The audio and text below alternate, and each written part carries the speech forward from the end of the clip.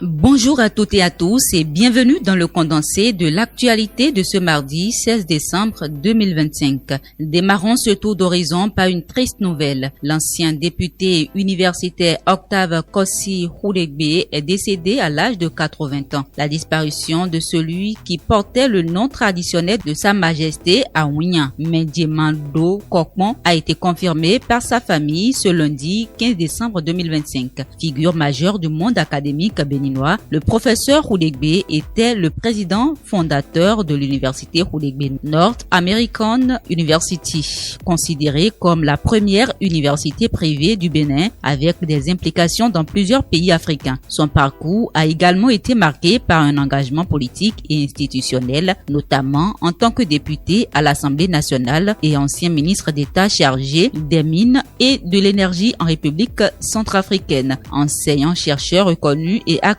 influent de l'enseignement supérieur privé en Afrique de l'Ouest. Octave Kossi Roulegbe laisse l'image d'un bâtisseur et d'un intellectuel engagé dont l'héritage continuera de marquer le paysage universitaire béninois.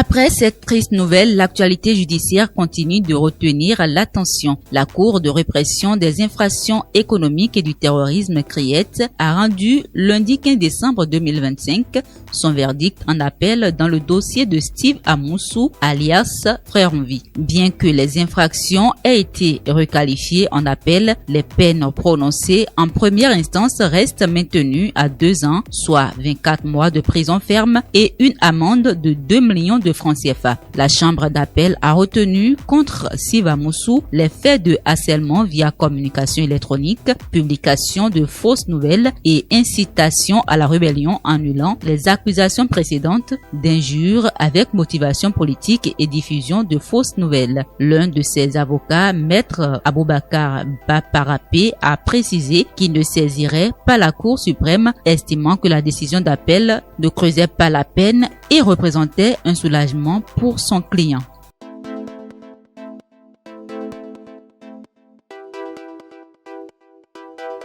Toujours dans le domaine judiciaire, une nouvelle remise en liberté fait parler d'elle. Interpellé dans la nuit du samedi 13 au dimanche 14 décembre 2025 puis conduit à la brigade criminelle, Tchabi Yayi, militant et responsable du parti d'opposition Les Démocrates, a été remise en liberté après son audition par les services de police. Placé sous contrôle judiciaire, le fils de l'ancien président Boni Yayi est désormais libre de ses mouvements en attendant la suite de la procédure.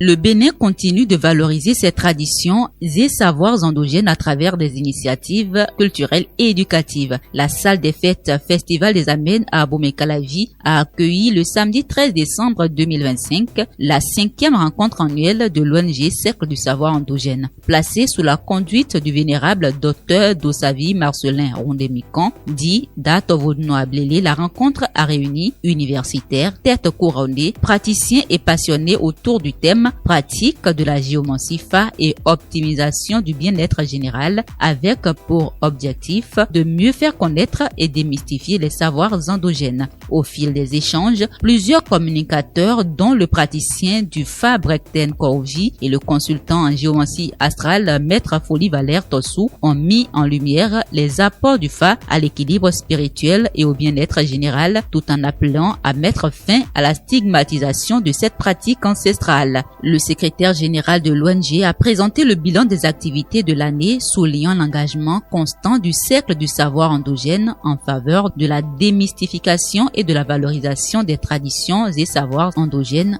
au Bénin.